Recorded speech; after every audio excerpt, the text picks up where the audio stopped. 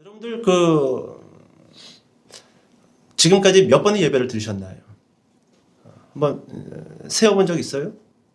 제가 대략 한 1년 기준으로 우리나라 기준이에요. 미국 기준이 아니라 1년 기준으로 우리나라 보통 이 성도들이 몇 번의 예배를 드리는가? 새벽부터 수요, 금요 이렇게 보통 공예배죠. 이 새벽, 수요, 금요 그리고 주일 이렇게 예배를 드리는 성도들이 그 횟수가 1년에 한 500번 정도 됩니다. 500번 가량. 많죠. 거기다가 뭐 구역 예배 또 뭐 무슨 모임 하면은 한 600번. 뭐 목사님 따라다니면서 목회자들이 드리는 예배까지 쫓아다니면서 드리면은 한 1000번 가까이 예배를 드릴 것 같아요. 보통 이제 500번. 보통 교회에서 직분을 받고 한 교회에서 20년, 30년 되신 분들은 한 500번 이상 예배를 드린다 이렇게 생각하시면 될 것 같습니다. 주일만 드린다. 나는 다 필요 없다. 뭐 수요 예배, 금요 예배, 새벽 예배 피곤해서 드리기 싫다. 나는 그냥 썬데이 크리스천으로 살린다. 이런 분들은 1년에 몇 번 예배를 드릴까요? 그렇죠. 52주니까 52번. 근데 이렇게 썬데이 크리스천들은 또 52번 예배 못 드립니다. 뭐 때문에 빠지고 또 뭐 때문에 빠지고 일만 생기면 주일에 빠지기 때문에 채 50번의 예배를 채우지 못할 거다라고 좀 예상을 해봅니다. 자, 만약에 새벽 예배를 빼고 수요, 금요, 주일만 예배를 드린다. 그러면 제가 대충 헤아려 보니까 156번 정도. 156번 정도. 많죠? 우리가 예배를 참 많이 드립니다.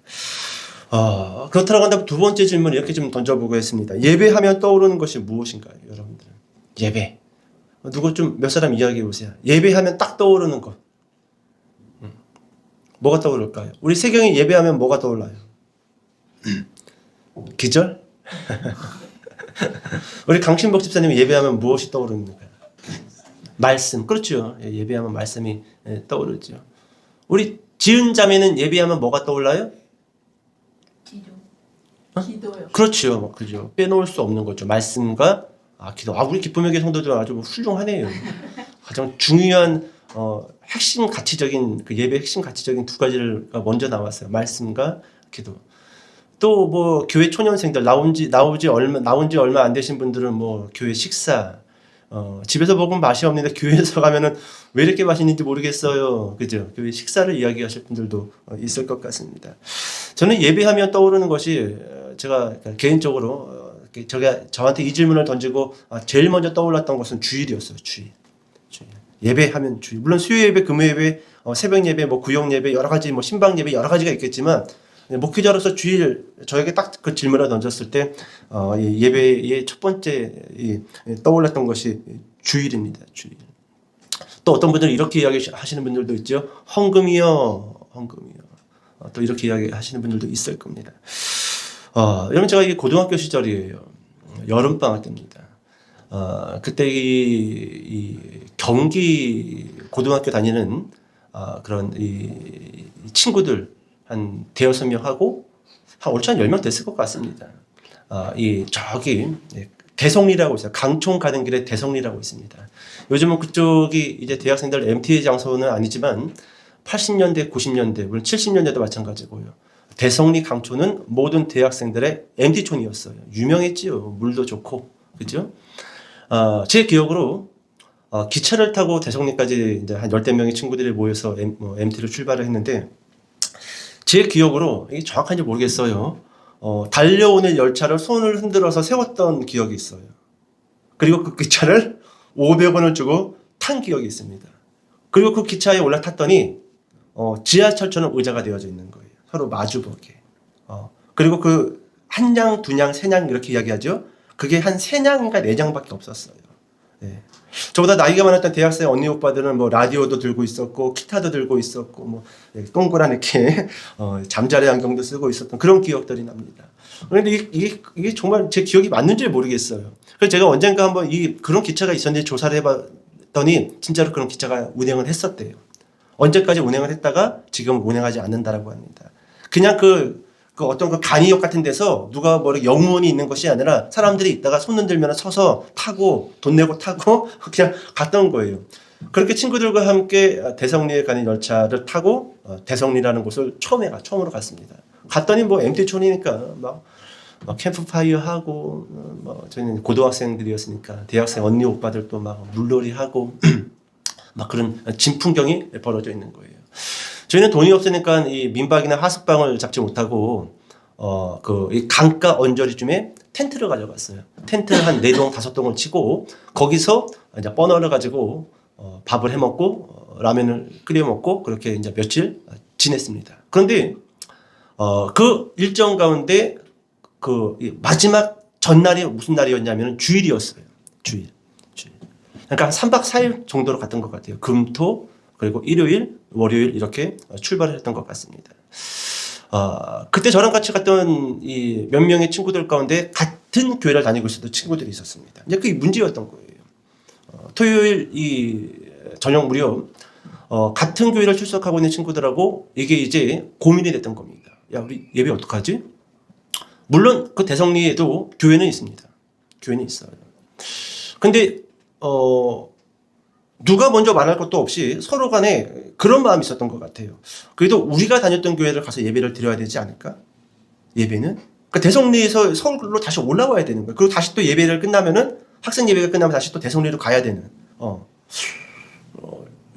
미션 임파서블이죠? 불가능을 가능케 해야 되는. 근데 또 한편으로는 굳이 그렇게 할 필요가 있냐?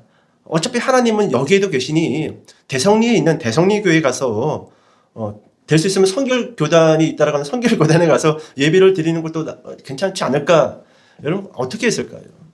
어떻게 했을까요? 아침 일찍 달려오는 열차를 세워서 올라탔어요. 그리고 청량리에서 내려서 청량리에서 지하철을 타고 사당동까지 갔습니다. 그리고 오후 2시에 있는 학생부 예배를 마치고 다시 또 청량리로 가서 열차를 타고 대성리로 해가 니엄니엄 질 무렵에 도착을 했습니다. 여러분 그때 저와 제 친구에 있었던 그 주일 그 예배 사건 여러분들은 어떻게 바라보십니까? 잘했다. 아유 철없는 것들 뭐 그렇게까지 그럴 필요 없었는데 어떻게 바라보십니까? 물론 여러분 그때 이 주일의 예배 사건은 각자의 믿음에 맡길 문제라는 겁니다. 문제라는 거예요. 그런데 과연 우리가 예배를 놓고 봤었을 때 우리가 알고 있는 그 예배 그리고 우리가 드리는 그 예배에 있어서 우리는 뭔가 한두 가지 오해를 하고 있다라는 거예요. 지금 돌아보면 그때 그 당시에 만약 다시 그와 같은 똑같은 상황이 벌어진다고 한다면 저는 당연히 대성리 교회를 가서 예배를 드릴 것입니다. 하지만 만약에 누군가가 지금 나는 내가 다니고 있는 교회, 내가 출석하고 있는 교회, 그게 1시간이 걸리든 2시간이 걸리든 나는 가서 예배를 드리겠다고 한다면 저는 말릴 의향은 없습니다. 그것은 훌륭한 믿음이에요. 그리고 모든 성도들이 본인이 출석하는 교회를 그처럼 사랑해야 되는 마음을 가지고 있어야 되는 것은 지극히 정상입니다. 지극히 정상이에요.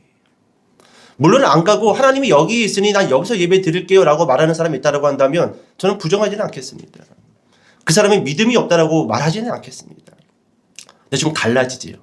과연 예배가 뭘까? 예배가 뭘까? 오늘 여러분 본문에 들어가기 전에 그리고 우리가 이것저것 말씀들을 살펴보기 전에 저는 먼저 좀 이렇게 이야기하고 싶습니다. 여러분 세상에는 두 종류의 사람이 있어요. 두 종류. 첫 번째 하나님만을 예배하는 사람. 두 번째 종류의 사람. 하나님을 제외한 다른 모든 것을 예배하는 사람. 고로 여러분 이렇게 생각해 봅시다. 모든 사람은 하나님을 예배하든지 아니면 하나님이 아닌 다른 것을 예배하고 있다는 거예요. 그러니까 여러분 예배는요. 모든 사람들, 호흡하는 모든 사람들의 목적이자 삶의 가치이고 그리고 하루를 살아가게 하는 원동력이에요. 그게 무엇이 되었든지 간에. 좀 이렇게 정리해서 이야기해 볼까요? 여러분 사람은 왜 태어나는가? 예배하기 위해서 태어납니다. 예배하기 위해서. 그것을 알든 모르든 모든 사람은 하나님을 예배하던 아니면 하나님이 아닌 다른 것을 예배하기 위해서 이 땅 가운데 태어났고 예배하다가 예배를 쫓다가 그것이 하나님이 아닐 수도 있어요. 열심히 자신이 좋아하는 그 무언가를 예배하다가 결국 죽음을 맞이하게 될 겁니다.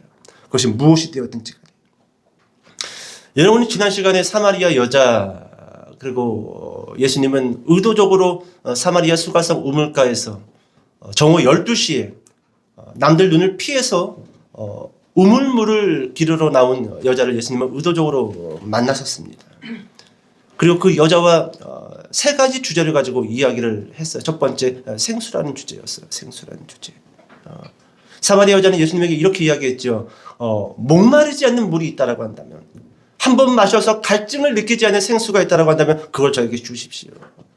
엇갈렸던 거예요. 똑같은 생수, 똑같은 물을 가지고 이야기했지만 예수님이 생각했던 생수와 그 여자가 생각했던 생수가 전혀 달랐던 것입니다. 두 번째 주제는 남편이었습니다. 가서 남편 데려와라. 남편 없습니다. 네 말이 맞다.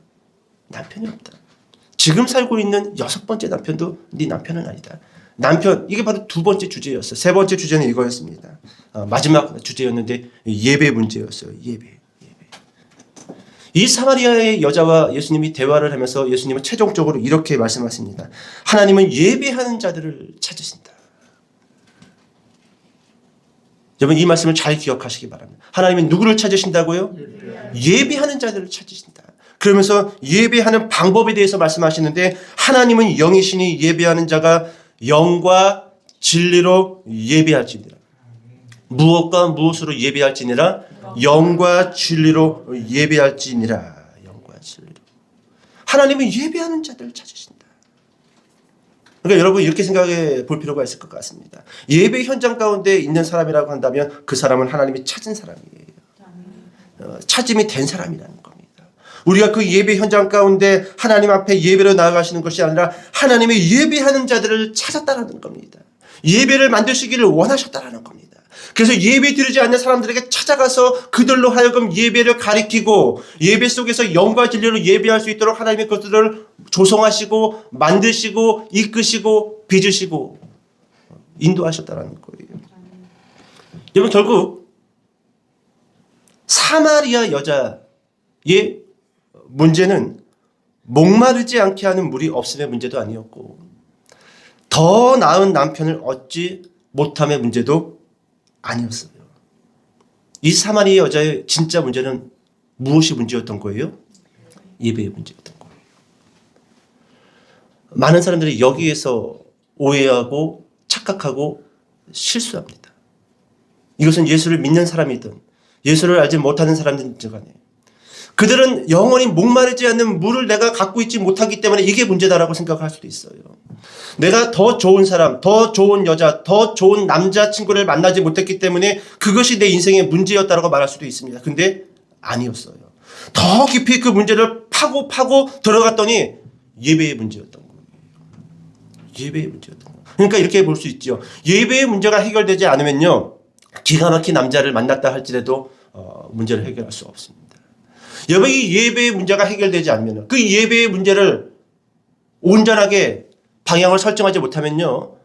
한 번 마셔서 갈증을 느낄 수 없는 물을 내가 얻었다 할지라도 내가 하루에 1,000만 원, 하루에 1억을 써도 고갈되지 않는 통장에 잔액이 있다 할지라도요. 이 인생의 문제는 해결될 수 없다라는 거예요. 따라해 봅시다. 예배의 문제다. 그렇습니다. 예배의 문제입니다. 그러니까 여러분 우리는 먼저 예배의 문제를 해결할 필요가 있다라는 것이에요. 예배의 문제. 여러분 한 3주 전인가요? 한 달 전인가요? 제가 살고 있는 선부동 선부역 광장이 넓습니다. 공연을 자주 해요. 토요일 주일 되면 공연을 참 많이 합니다. 꽤 유명한 트로트 가수가 왔어요. 토요일 날 이제 주일이냐 토요일이겠군요. 근데 그날 비가 왔습니다. 갑자기 최근까지 비가 오락가락했잖아요. 막 쏟아지고. 그날이 바로 그 토요일 트로트 가수가 공연하는 날이었어요. 사진을 보니까 텔레비에 자주 나오는 사람이에요. 꽤 유명한 사람입니다. 그런데 바람이 불고 비가 쏟아지기 시작을 하는데 그 열혈 팬 아줌마들 우비를 쓰고 누구도 비를 피해 도망가는 분들이 없어요. 그 바람을 맞고 그 비를 맞으면서 트로트 가수가 나와서 공연하기만을 의자에 앉아서 기다리고 있을 뿐만 아니라 이미 벌써 줄이 쭉 늘어져가지고 그 의자에 앉으려고 대기하고 있어요. 여러분 이 아줌마들, 이 여성분들은 누구를 예배하고 있는 걸까요? 가수를 예배하는 겁니다. 가수를 예배하고 있어요. 여러분, 우리는 우리가 알든 알지 못하든지 간에 하나님을 예배하는 사람이 있고 하나님이 아닌 다른 것을 예배하려고 달려가는 사람이 있다라는 거예요. 여기에는 열외가 없습니다. 모든 사람은 예배하려고 출발했고 예배하기 위해서 존재하고 예배하려고 태어났고 예배하기 위해서 밥을 먹고 예배하기 위해서 돈을 버는 거예요. 예배예요. 예배. 여러분, 오늘 이 사마리아의 여자의 대화에서 예배라는 단어가 참 많이 등장합니다. 그러면 먼저 첫 번째로 예배의 정의가 뭘까? 예배의 정의. 오늘 요한복음 4장에 등장하는 이 예배의 단어를 통해서 과연 예배는 어떤 의미를 가지고 있는가? 이 헬라어로 이 예배라는 단어, 오늘 특별히 요한복음 4장의 예배라는 단어를 보면은요, 프로스코네오예요. 따라해 볼까요? 프로스코네오. 여러분, 이 프로스코네오라는 단어가 어떠한 뜻을 가지고 있느냐? 따라해 봅시다. 키스하다, 절하다, 엎드리다. 그렇습니다. 이것이 요한복음 4장에서 기록되어져 있는 예배라는 원어예요. 프로스코네오. 손에 키스하다, 절하다, 엎드리다. 그러니까 여러분, 예수님이 이 사마리아 여자에게 이 예배라는 이 단어를 사용했을 때 우리는 예배라는 단어를 듣지만 그 여자는 엎드리다라는 단어를 들었던 거예요. 하나님에게 키스하라. 하나님에게 절하라. 그 의미가 완전 다르지 않습니까? 우리는 예배하니까 추상적일 수가 있어요. 근데 이렇게 바꿔서 생각해 봅시다. 우리 주일날 교회 가서 하나님에게 엎드려야지. 그 의미가 완전 다르다라는 거예요. 우리 주일날 교회 가서 하나님에게 절해야지. 우리 절하러 가야지. 눈에 보이지 않지만 우리가 하나님을 안고 하나님의 손에 하나님의 볼에 키스해야지. 이게 여러분 사마리아 여자가 들었던 예배라는 단어의 의미였다라는 거예요. 의미. 자, 그렇다면 우리 이제 말씀 좀 찾아볼 텐데 출애굽기 30장으로 넘어갑시다.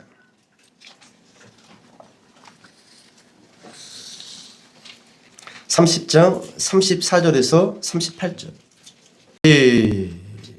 시작. 여호와께서 모세에게 이르시되 너는 소와 향과 나감향과 풍자향의 한 품을 가져다가 그 한 품을 유향에 섞되 각기 같은 분량으로 하고 그것으로 향을 만들되 향 만드는 그것에 소금을 쳐서 성결하게 하고 그 향 얼마를 곱게 찌어 내가 너와 만날 회막한 증거계 앞에 두라.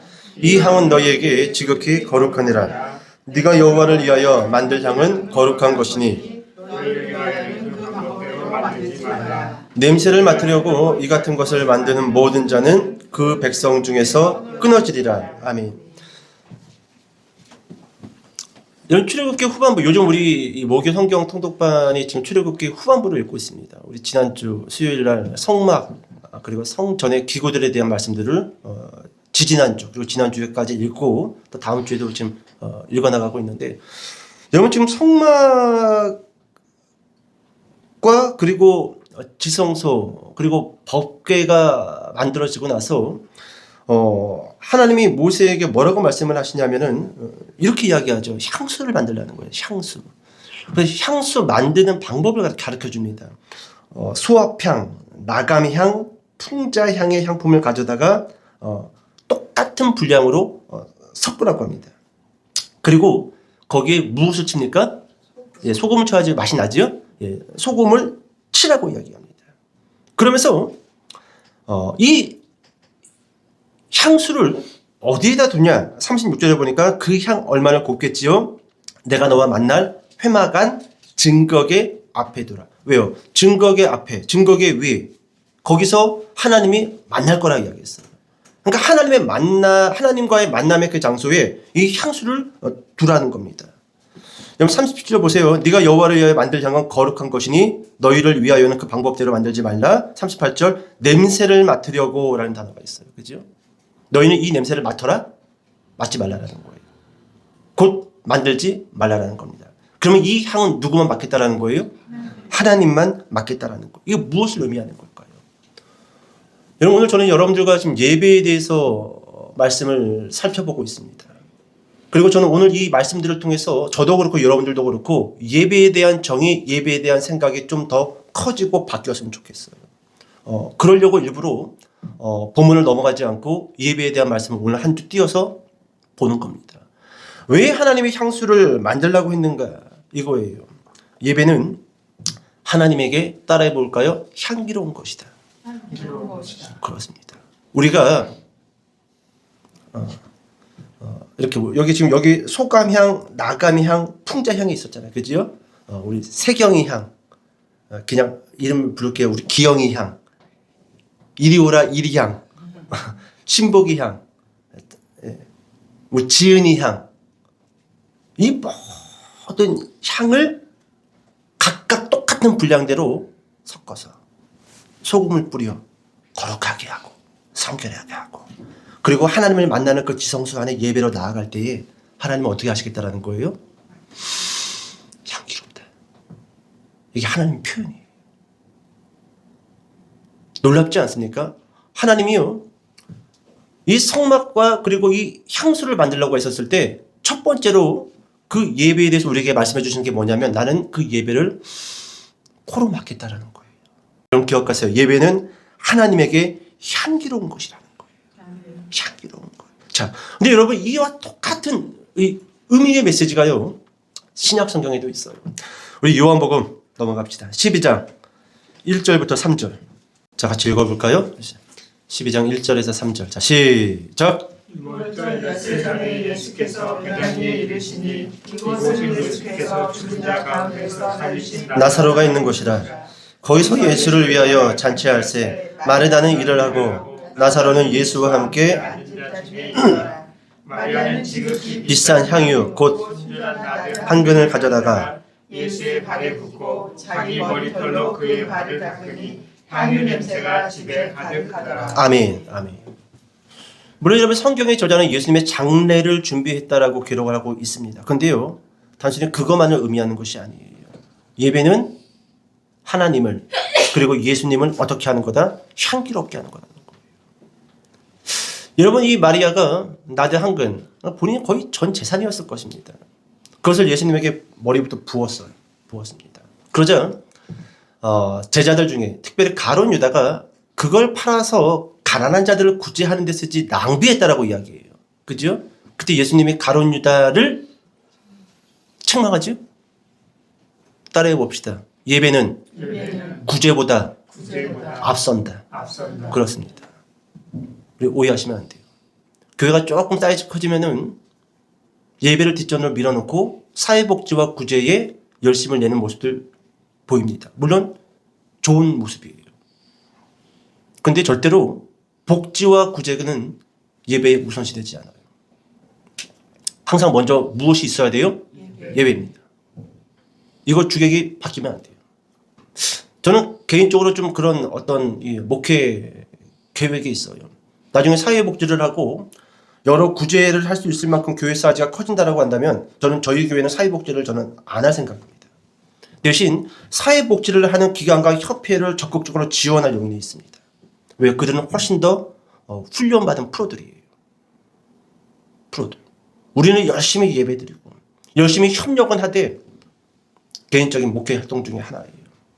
주변에 이 복지 잘하시는 분들 얼마나 많이 있습니까? 전에 이 강서구에서 사역할 때 이 크리스마스가 다가오는 거예요. 그래서 어떻게 할까? 또 크리스마스 이브 행사를 준비를 해야 되다. 근데 너무 좀 이 크리스마스 이브 행사 너무 좀 그러지 않습니까? 물론 그 의미는 있어요. 아기 예수님의 탄생을 축하한다라는 어떤 의미는 있는데 이제 그 의미가 완전히 퇴색된 것 같아요, 지금은요. 그런 어떤 이브 순서를 통해서 옛날에는 가족을 초청을 하고 친구를 초청을 해서 전도회계로 삼았지만 이제는 그러지도 못하는 것 같습니다. 그래서 그때 제가 이 원로 목사님에게 제안을 했어요. 우리 그렇게 이브 행사 준비하고 돈 쓰고 그러지 말고 이걸 좀 다른 쪽으로 돌려봅시다. 그럼 어떻게 할 거냐? 좀 이야기를 해보라는 거예요. 한 주간 끙끙 고민하다가 기획안을 목사님에게, 원로 목사님에게 쓱 올렸어요. 다른 게 아니었습니다. 지역의 구청의 사회복지사를 찾아갔어요. 그리고 저희 교회에서 이만한 예산을 성탄 이브로 쓸 건데 이것을 다른 쪽으로 쓰려고 합니다. 아이디어를 주십시오. 이렇게 이야기했어요. 그때는 그분이 50명의 명단을 저한테 넘겨줬어요. 50명의 명단. 교회가 크리스마스 때 도울 수 있는 50명의 명단. 같이 교회 단독으로 일하는 것이 아니라 그 구청의 사회복지사와 함께 그 50명의 명단을 쭉 검토를 하고 연락을 드려서 우리가 어떻게 준비를 했는가, 박스를 맞췄습니다. 한 이만한 박스를 교회 이름과 구청의 이름이 들어간 박스를 맞췄어요. 한 50여 개를. 그리고 그 박스를 성탄 한 달 전, 그러니까 12월이 들어가기 전에 성도들에게 가정별로 또는 개인별로 하나씩 나눠줬어요. 그리고 거기에다가 5만 원 상당의 물품을 채우라고 했어요. 5만 원 상당히. 그래서 갖고 왔어요. 12월 첫째 주에 갖고 왔어요. 그리고 그 50여 개의 그 박스를요, 그 명단을 가지고 전달해 줬어요. 그렇게 전달해 줬었을 때 정확히 기억나지 않아. 하도 오래됐어. 한 2가정인가 3가정이 전도됐습니다. 가족 전체가.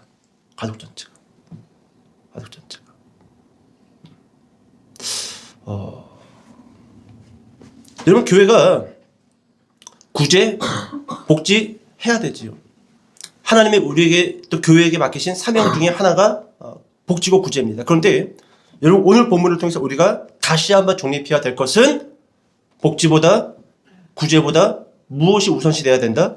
예배가 우선시돼야 된다라는 거예요. 자, 이제 말씀 하나 넘어갑시다. 우리 출애굽기 20장으로 넘어갈게요. 20장.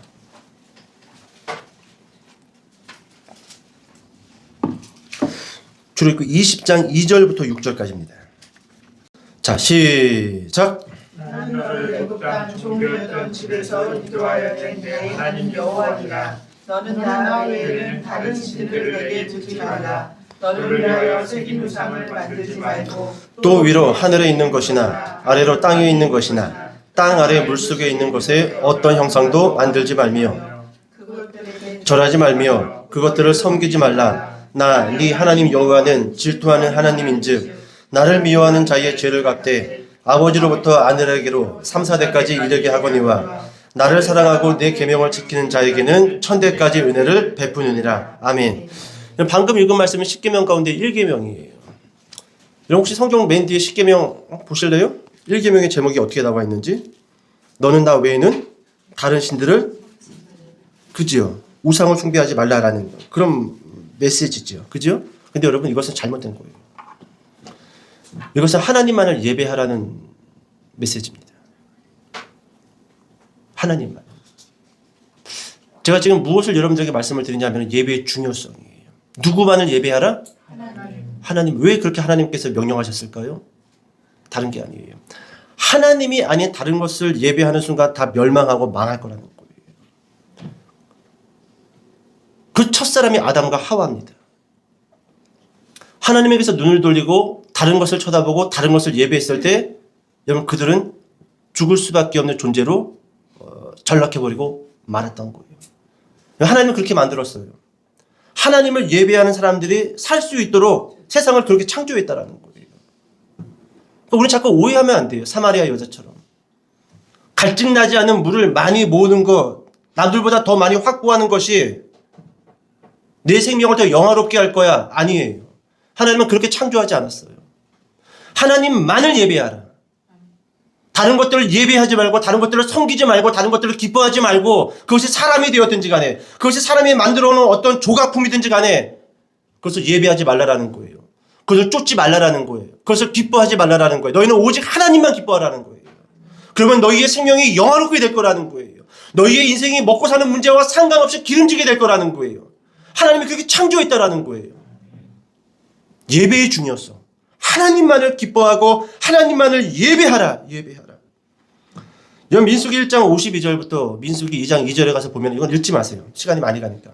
원래 읽으려고 했는데 여기에 보면은요, 하나님이 이스라엘 백성들에게 한 가지 명령을 하십니다. 성막을 만들었어요.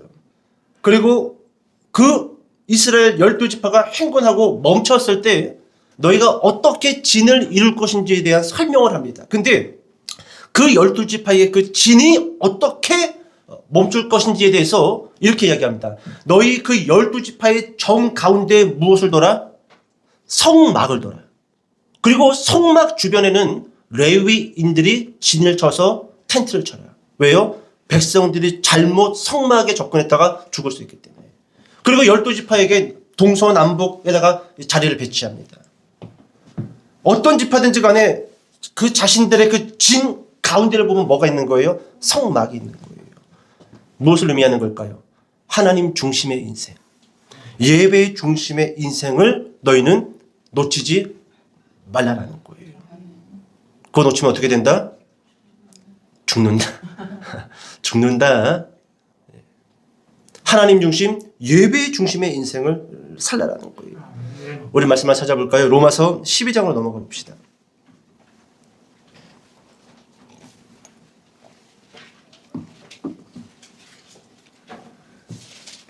로마서 12장 1절과 2절만 읽어볼게요. 아니 1절만 읽어봅시다. 1절만.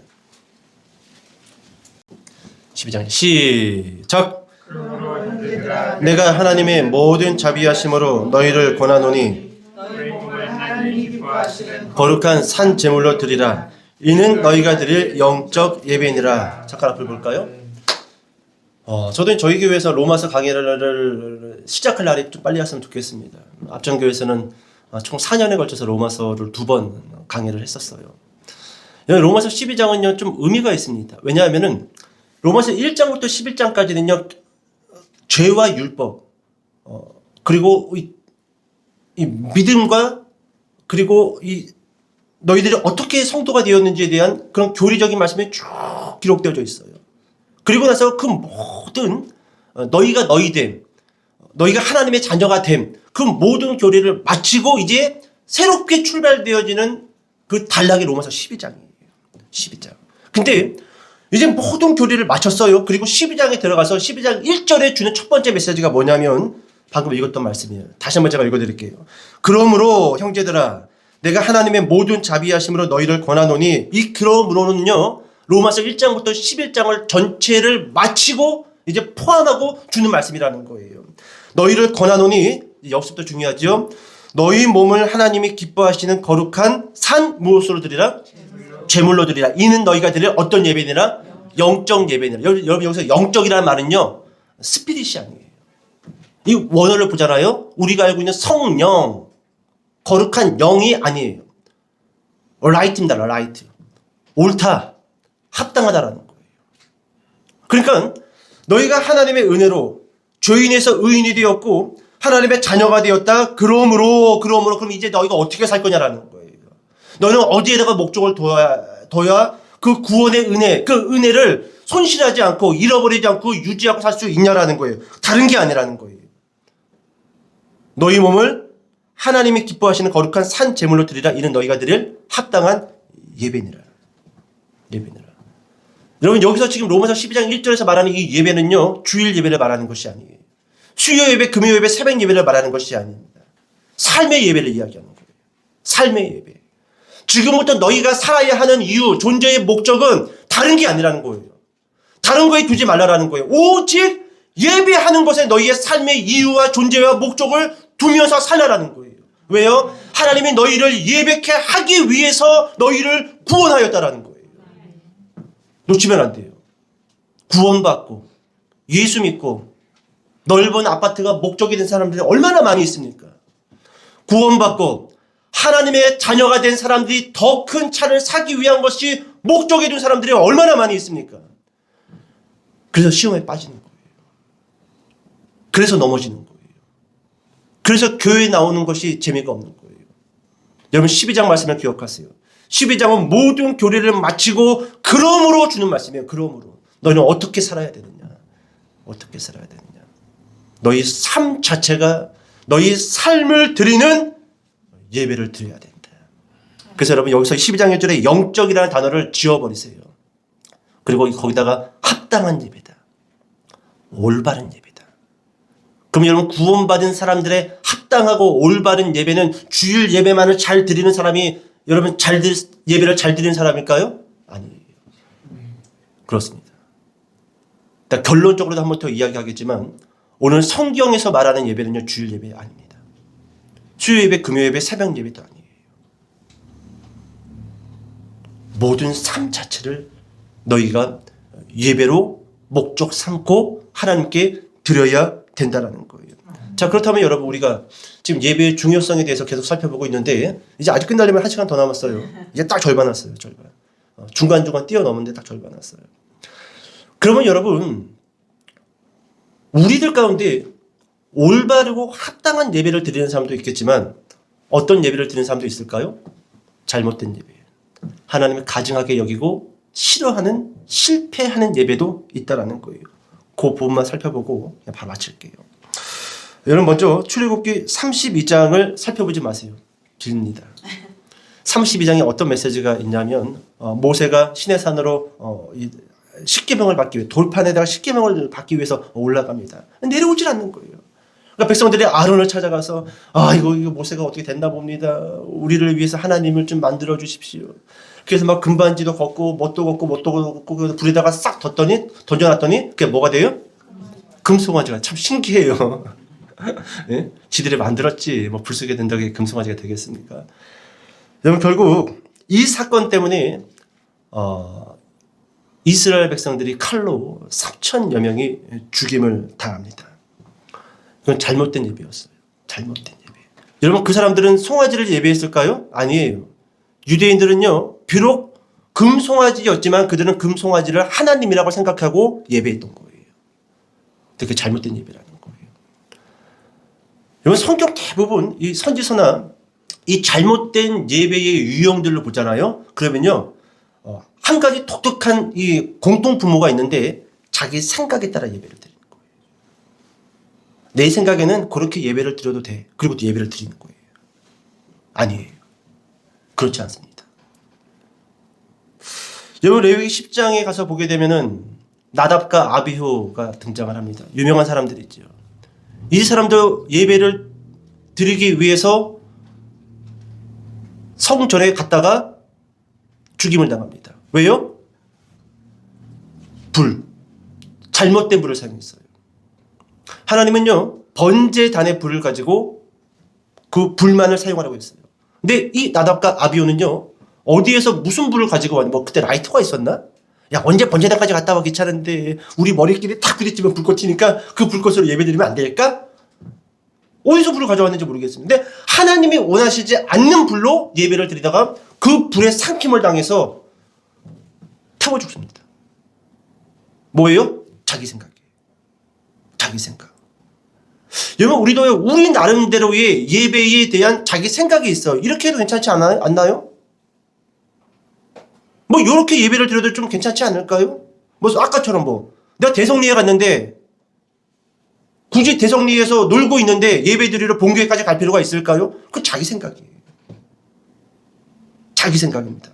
저는 먼저 이렇게 좀 질문을 던져보고 싶어요. 만약에 우리가 대성리에 있다. 그리고 본교회를 서울까지 갈까 말까라고 했었을 때 뭐 가든 안 가든지 간에 여러분 그는 상관없을 수도 있습니다. 근데 이렇게 질문을 던져보자라는 거예요. 영과 진리로 성령님에게 물어보세요. 성령님, 제가 어떻게 해야 됩니까? 그럼 여러분 우리가 상식적으로 성령님은 뭐라고 우리에게 대답할까요? 서울에 가서 예배드려라 아니면 대성리 교회 가서 예배드려라. 뭐라고 대답할 것 같아요? 하나님은? 예? 대성리요? 하나님이 이렇게 이야기했을 것 같아요. 토요일까지만 놀고 갔어야지. 네 마음이 예배에 있어 아니면은 MT에 있어.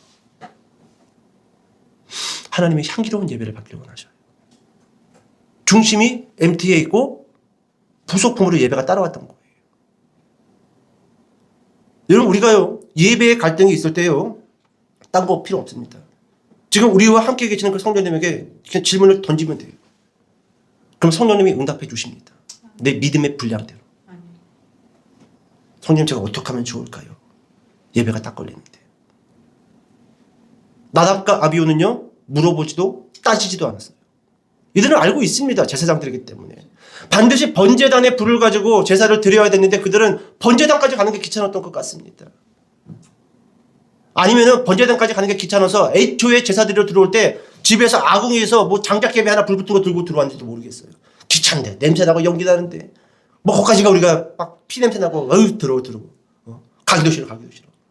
자기들 생각을 가지고 예배를 드렸다가 예배 드리고 죽었어. 예배 드리고. 이게 얼마나 억울합니까? 또 다른 예가 있어요. 사무엘상 13장. 사무엘상 13장에는 어떤 왕이 등장하지요?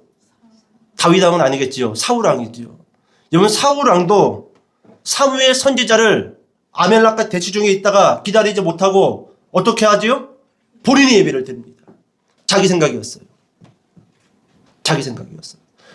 모든 예배에 실패했던 사람들의 공통분모가 뭐냐면 자기 생각을 가지고 하나님에게 예배를 드리고 그 예배로 인해서 죽임을 당하고 그 예배로 인해서 몰락하게 되고 그 예배로 인해서 올라갔던 자리에서 떨어지게 됐다라는 거예요. 자기 생각. 물어보셔요. 성령님, 예배에 문제가 걸렸는데 이거 어떻게 하면 좋을까요? 대답을 주셔요? 안 주셔요? 주십니다. 우리가 알아듣기 쉽게 이성적으로 상식적으로 성령님은 우리에게 말씀해 주실 거라는 거예요. 사무엘 하 6장에 와서 보게 되면은 다윗이 왕이 되고 법궤를 이제 옮기지요. 법궤를 옮길 때 우사가 수레에다가 법궤를 올립니다. 하나님은 그렇게 명령하신 적이 한 번도 없어요. 수레로 법궤를 옮겨라 아니에요. 레위인들이 고리를 깨서 어깨에다 메고 옮겼어야 돼요. 초가 날뛰었지요. 수레에서 법궤가 떨어질 것 같으니까 우사가 손대지 말아야 할 법궤를 손으로 덥석 잡아버립니다. 여기에 대해서 여러분 두 가지 견해가 있어요.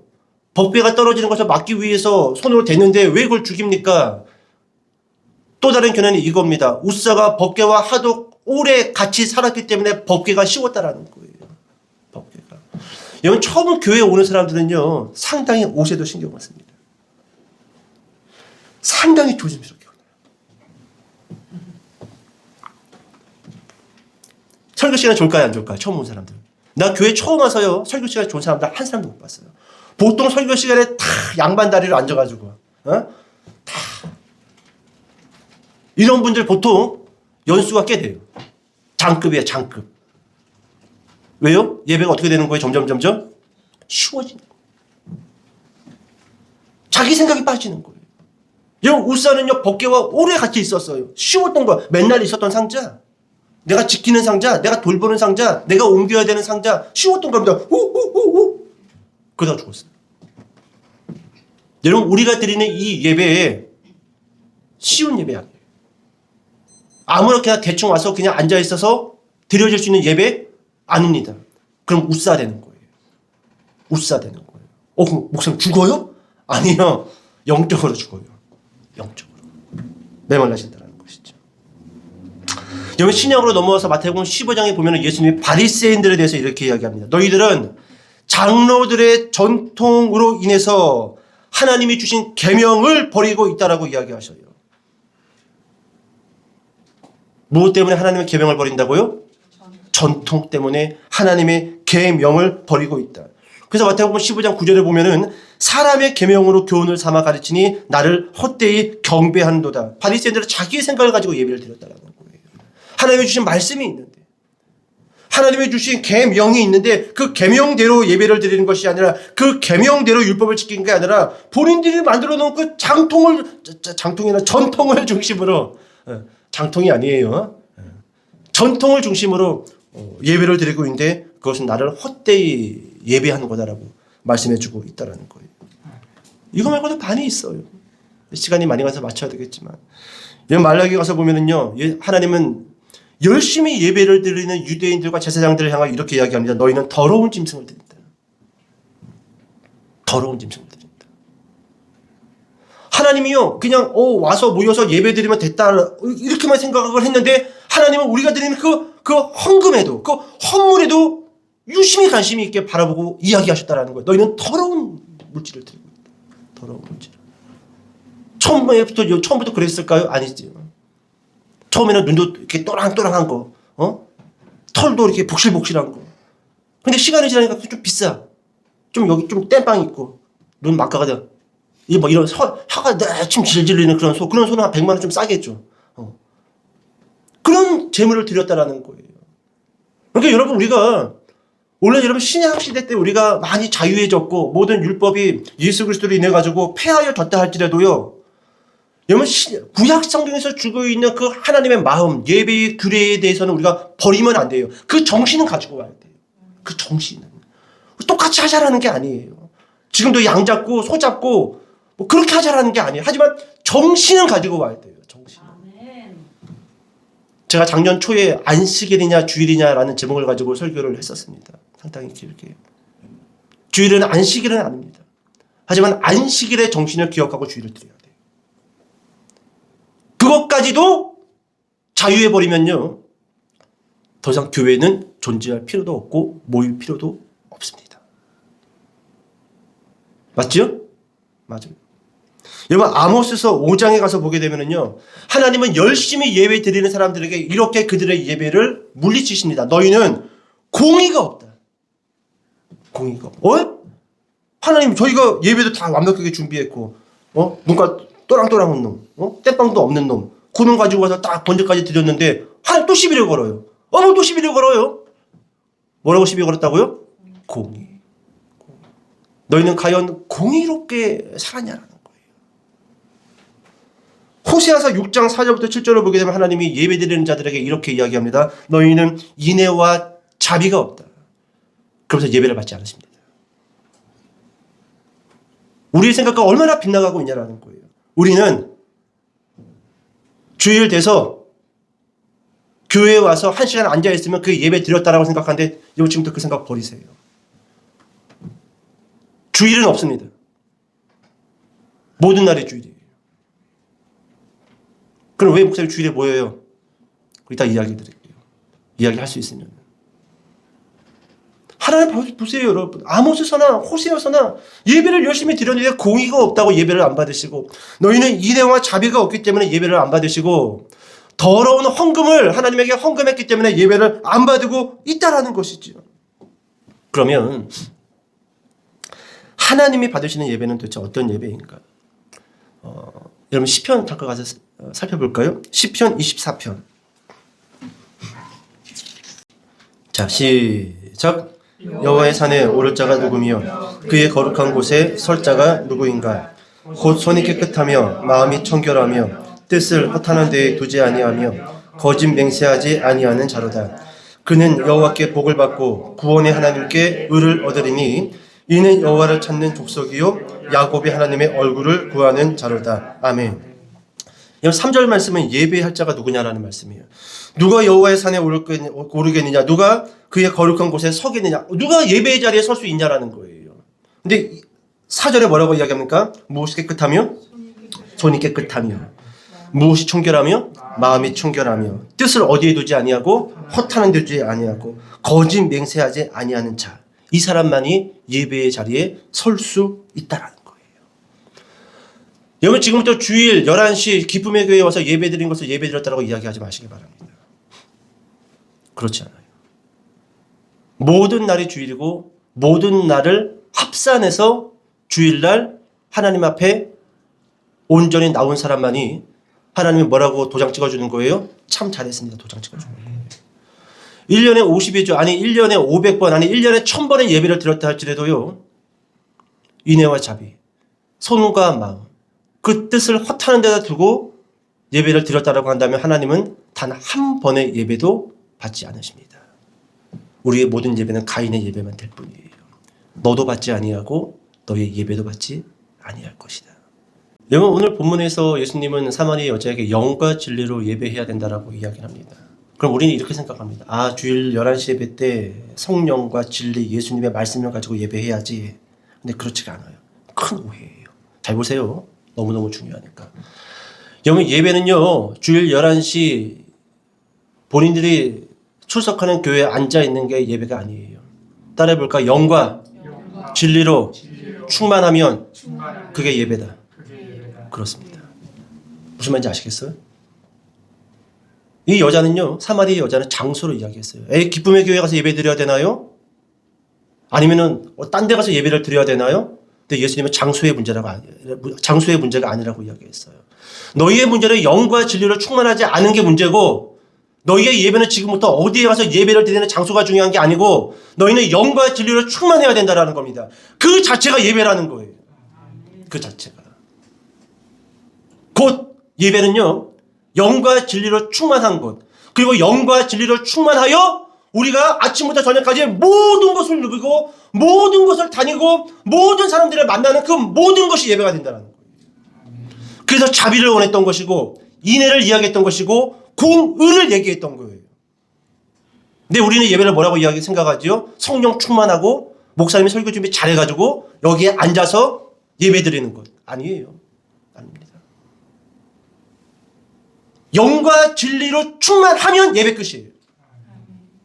그 사람은 어딜 가서 누굴 만나나 자비로울 것이고 어디에서 무엇을 보든지 간에 공의로울 것이고 하나님에게 드리는 것을 마리아가 자신의 모든 것을 깨어 드렸듯이 자신의 모든 것 드리기를 아까워하지 않을 것이고 왜요? 영과 진리로 충만하기 때문에 그 사람 자체가 예배가 되는 거예요.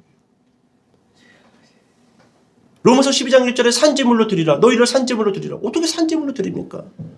이거예요. 영과 진리로 충만하라는 거예요. 그럼 우리가 말하든지 먹든지 누굴 만나든지 간에 하나님은 계속 어우 향기롭다. 어우 향기롭다. 잘한다. 잘한다. 잘 산다. 잘 산다. 그 자체가 예배가 되는 거예요. 그러면 아까 전에 이야기했던 것처럼 그럼 목사님 우리가 굳이 교회에 모여야 할 이유가 뭐지요? 성경에는요. 모이라고 이야기를 해요. 히브리서 10장에 서로 돌아보아 사랑과 선행을 격려하며 모이기를 피하는 어떤 사람들의 습관과 같이 하지 말고 오직 권하여 그날이 가까이 오음을 볼수록 더욱 모여라. 근데 여러분 여기서 전제가 이거였어요. 사랑과 선행을 격려하며 너희가 모여서 예배할 때 너희가 열심히 모이라는 거예요. 모이는 걸 피하는 것은 그런 거짓 사단적이고 안 좋은 거라는 거예요. 열심히 모여야 되는데 그 모임을 통해서 너희가 무엇을 해야 되는가? 사랑과 선행을 격려하라는 겁니다. 우리가 이제 모였다가 이제 흩어질 거야. 우리가 모여서 다시금 예배를 배웠고 말씀을 들었고 다시금 예배를 통해서 은혜를 받았어. 이제 흩어질 거야. 근데 무엇을 격려한다고요? 사랑. 선행. 그러니까 모든 게 다 예배라는 거예요. 다 예배라는 거예요. 그러니까 왜 모여야 되는가? 우리가 이 모였을 때 우리가 서로를 격려할 수 있다라는 거예요. 하나님의 사랑을 깨달아서 다시금 사회로 돌아가서 누군가를 사랑할 수 있는 그 힘을 이 예배를 통해서 이 모임, 이 공의 예배를 통해서 얻을 수 있다라는 거예요. 모여야 됩니다. 여러분 목회자들은 그런 이야기합니다. 누가 교회를 떠날 것인가? 목사들은 말하지 않아도 알아요. 여러분 이스라엘 백성들이 가나안을 향하여 걸어갔을 때 아말렉에게 죽임을 당한 사람들이 있습니다. 나중에 하나님이 그 사건을 잊지 않으시고 반드시 아말렉을 진멸하라고 명령하십니다. 근데 그 아말렉은 누구만을 공격했냐면 이스라엘 그 백성들 중에서 떨어진 사람들, 약한 노인들, 아이들, 여자들 위주로 공격해 인신매매하고 죽였어요. 여러분 교회에서도요. 누가 교회를 떠날지 누가 교회에서 이탈될지에 대해서는요. 목사들은 말하지 않아도 딱 보면 알아요. 교회 아웃사이드에서 기웃기웃거리는 사람들은 거의 100% 사단의 먹잇감 됩니다. 얼른 볼까요? 교회 이 공동체 안으로 깊숙이 들어와야 돼요. 요즘 뭐 온라인 예배 하는데 온라인 예배 없어져야 됩니다. 온라인 예배는 교회까지 걸어올 수 없는 분들만 드려야 돼요. 성령님도 그렇게 인정하실 거예요. 사지 육신 멀쩡한데 교회로 모이지 아니하고 그곳에서 사랑과 선행을 격려받지도 못하고 격려하지도 않으면서 온라인으로 예배를 드리는 그 예배는요. 절대로 성령님이 인정하지 않습니다. 모여야 돼요. 모여야 됩니다. 아웃사이드에 있는 사람들. 아멘. 교회를 기웃기웃거리는 사람들은 반드시 사단의 먹잇감이 될 것이고 예배에서 이탈하게 된다. 오늘 여러분 조금 긴 시간이었지만 예배에 대해서 우리가 좀 말씀들을 살펴보면서 우리가 좀 말씀들을 나눴습니다. 결론적으로 무엇이 예배예요? 영과 진리로 충만한 것. 그 자체가 예배예요. 아멘. 그 자체가. 장소가 아니에요. 어떤 목사의 설교를 들었느냐? 그게 예배가 아니에요. 영과 진리로 충만할 때 그 사람의 삶 모두는 하나님에게 향기로운 예배로 드려지게 될 거다. 그렇게 영과 진리로 충만하신 저와 여러분 되시기를 주님의 이름으로 축복합니다. 기도하겠습니다.